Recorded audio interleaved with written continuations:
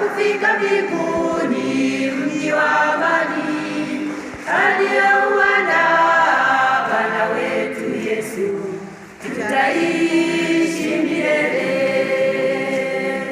Kwa imani ya kweli tunatumaini ya kufika mbinguni, mji wa amani aliyouandaa Bwana wetu Yesu, tutaishi Yesu wema, tena ahadi zake hazina udanganyifu, bali azitimiza, naye atatimiza kwako wewe ndugu yangu, utakapomwamini. Bwana wetu Yesu wema, tena ahadi zake hazina udanganyifu, bali azitimiza, naye atatimiza kwako wewe ndugu yangu, utakapomwamini. Sema neema ni upendeleo wa Mungu kwa mwanadamu. Tumestahilishwa mahali ambapo hatukustahili. Amina wapendwa. Mahali ambapo hatukustahili Mungu ametupa nafasi ili tuweze kustahilishwa. Neema ya Mungu ni mlango wa wazi wa wokovu, na kila mmoja amepokea neema hii kwa nafasi yake. Uzima ulio nao ni neema ya Mungu. Ukiona umebarikiwa familia ni neema ya Mungu. Ukiona unafanya kazi ni neema ya Mungu. Bwana Yesu asifiwe. Kwa hiyo Mungu ametupendelea kila mmoja kwa nafasi yake, kila mmoja kwa sehemu yake Mungu. Na siku moja nimesema wako watu ambao wamejimilikisha wokovu. Wanasema mimi nimeokoka, huyu hajaokoka. Amina. Neema ya Kristo inapokuja inatuvuta sote twende kwa Yesu. Haijalishi tuna udhaifu wa namna gani, haijalishi ni wachafu kiasi gani. Neema ya Mungu inapokuja inatusafirisha, inatupa nafasi ya madhabahuni kwa Bwana, inatupa nafasi ya kutubu dhambi zetu, inatupa nafasi ya kusonga mbele. Kumbe Kristo anapokuja kwenye maisha yetu, anakuja na neema hii ya ukombozi, anakuja na neema hii ya kutubadilisha. Yesu anasema wote anipao Baba, wote hao waliokuja kwangu wanafanyika kuwa wapya. Lakini pia wokovu sio juhudi zetu wapendwa. Kuna watu wanakimbia na Biblia kila mahali, wanaenda wanakimbia na Biblia, lakini tutambue wokovu sio juhudi zetu. Wokovu ni kwa neema ya Mungu. Wako watu ambao wanadhani kwamba wakiimba mapambio sana, wakisifu sana ndio badilisha. Yesu anasema wote anipao Baba, wote hao waliokuja kwangu wanafanyika kuwa wapya. Lakini pia wokovu sio juhudi zetu wapendwa. Kuna watu wanakimbia na Biblia kila mahali, wanaenda wanakimbia na Biblia, lakini tutambue wokovu sio juhudi zetu. Wokovu ni kwa neema ya Mungu. Wako watu ambao wanadhani kwamba wakiimba mapambio sana, wakisifu sana ndio wameokoka. Hapana. Wokovu ni kwa neema ya Mungu. Mungu ndiye anayetupa nafasi ya kuokoka. Mungu ndiye anayetupa nafasi ya kuwepo hapa tulipo. Na niwaambie, yule ambaye mnamuona ni mpagani kule, sio kwamba hajapata nafasi. Neema ya Mungu bado haijamfikia. Amina wapendwa. Kwa hiyo wakati mwingine ukipata nafasi muombe ili neema ya Mungu ifanye nini? Ifike kwako. Kwa sababu wewe umeshapendelewa, wewe umeshastahilishwa kuwepo hapo. Na niwaambie, hakuna mtu aliyekosea kiasi cha kwamba Yesu atamsahau. Hayupo. Unajua wanadamu, mtu akikosea huwa tunaweza kumjadili sana, si ndio? Yaani tunamjadili mpaka anajiona hafai. Watu wengine huwa wanatafuta hata sumu wanakunywa kwa sababu ya wanadamu, si ndio? Lakini neema ya Kristo inapokuja kwenye maisha ya mtu, hata kama alikuwa mchawi kiasi gani, Yesu anampokea. Hata kama ni mzinzi kiasi gani, Yesu anampokea. Inapokuja kwenye maisha yetu, neema hii haitutupi nje, inatukusanya ndani. Na ukiona ndani ya kanisa kuna watu wanawatupa wengine nje, maana yake hao wako nje ya neema ya Mungu. Yeye ajaye kwangu sitamtupa kamwe. Wanadamu wanaweza kututupa kwa sababu ya madhaifu tulio nayo. Wengine tumetupwa hata kwenye familia zetu kwa sababu ya madhaifu tuliyo nayo. Wengine tumeondolewa nje na kuonekana hatuna thamani kwa sababu ya vile ambavyo tupo, lakini neema ya Kristo inatupa sababu ya kuwepo hapa. Neema ya Kristo inatupa sababu ya kuishi duniani. Wakati mwingine unaweza kukaa mahali ukakata tamaa ukachoka kwa sababu ya watu, lakini ukikumbuka kwamba Kristo anakutazama, ukikumbuka kwamba Kristo anakupa nafasi ya kwenda mbele, kuna sababu ya kuwatazama wanadamu. Amina. Una sababu ya kumtazama mtu, mtazame Mungu. Mwambie jirani yako mtazame Mungu. Na wengi ambao wanatazama wanadamu wanaondoka mara zote. Hivi ndio ukimtazama huyo jirani yako ataacha kukusema huyo. Wewe muangalie tu sura yake ilivyo. Bwana Yesu asifiwe. Hakosi sababu ya kusema, hawezi kukosa. Nilikuwa nasema mahali pengine ukivaa vizuri utafanya nini? Ukikarabati tu kachoka kwa kutapendeza unafanya nini? Yaani kila utakachofanya watasema. Kumbe wewe uliye na dhambi nyingine tukimbie kwa miguu. Amina kanisa. Amina. Kuna dhambi nyingine tukimbie kwa miguu na inawezekana, lakini zaidi ya yote tumtegemee Kristo. Tumtegemee Kristo kwa sababu yeye yuko tayari kutubariki, ameshaahidi.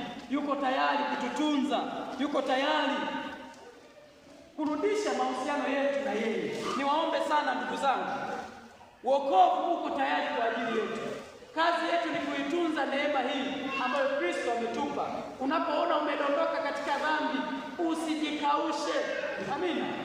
Yaani usijikaushe, tubu. Na ukiona bado una vitu umevibeba ndani ya moyo wako, tubu, achilia, kwa sababu neema ya Kristo imekuja kwenye maisha yetu.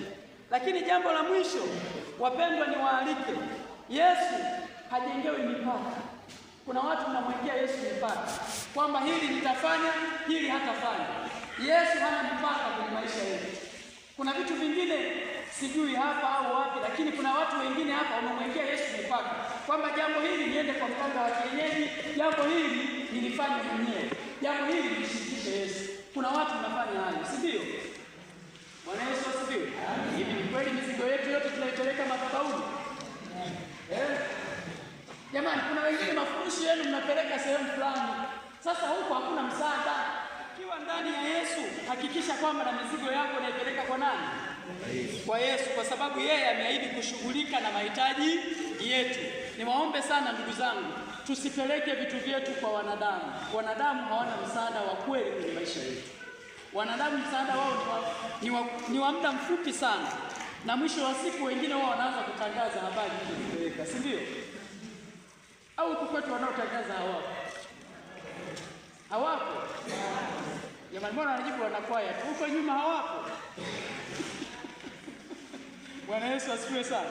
Niwaombe sana, neema ya Kristo iko tayari, na sisi kwa kuwa neema ya Kristo iko tayari, tupeleke mahitaji yetu. Peleka mizigo yako. Na mwimbaji wa wimbo namba 418 anasema, nimekombolewa na Yesu aliyenirehemia kwa bei ya mauti yake. Bwana Yesu asifiwe. Kwa hiyo kama Yesu alikufa msalabani kwa ajili yetu, tuna uhakika na usalama wa kupeleka mahitaji tuliyo nayo. Niwaalike asubuhi ya leo, kila mmoja kwa nafasi yake, tengeneza njia zako, peleka mizigo yako kwa Yesu, naye atafanya, naye atatenda. Amen. Nimekombolewa na Yesu aliyenirehemia, mauti yake imekuwa.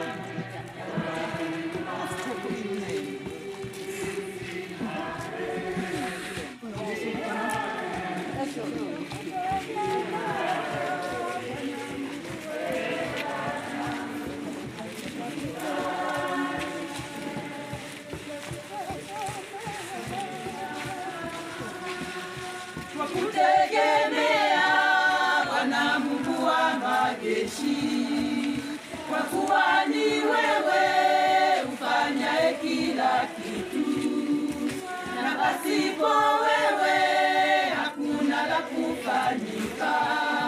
Baba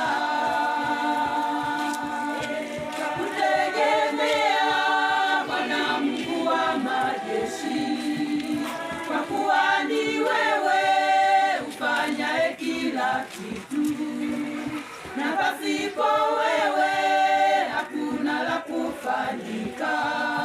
Baba, maisha yetu haya si kitu mbele zako, na tena bila wewe sisi tunajidanganya.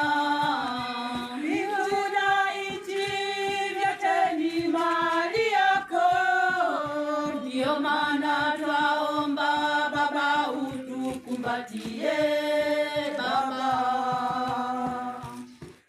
maisha yetu haya si kitu mbele zako, na tena bila wewe sisi tunajidanganya.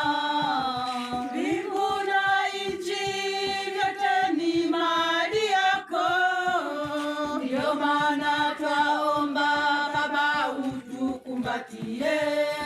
Baba,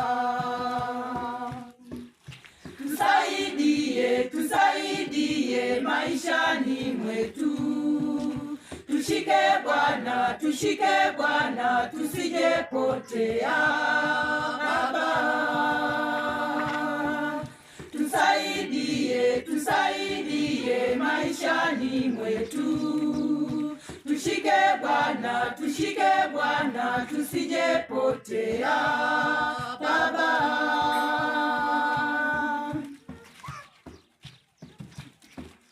Mungu wa mbinguni, tazama kanisa lako, udhaifu wetu Mungu wetu wafahamu, na pasipo wewe hakuna la kufanyika. Baba, Mungu wa mbinguni, tazama kanisa lako, udhaifu wetu Mungu wetu wafahamu, na pasipo wewe hakuna la kufanyika. Baba, maisha yetu haya si kitu mbele zako, na tena bila wewe sisi tunajidanganya. Mbingu na nchi vyote ni mali yako, ndiyo maana twaomba Baba utukumbatie. Baba, maisha yetu haya si kitu mbele zako, na tena bila wewe sisi tunajidanganya. Mbingu na nchi vyote ni mali yako, ndiyo maana twaomba Baba utukumbatie. Baba, tusaidie, tusaidie maishani mwetu. Tushike Bwana, tushike Bwana, tusijepotea. Baba,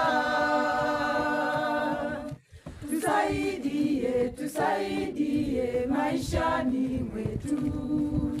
Tushike Bwana, tushike Bwana, tusijepotea. Baba.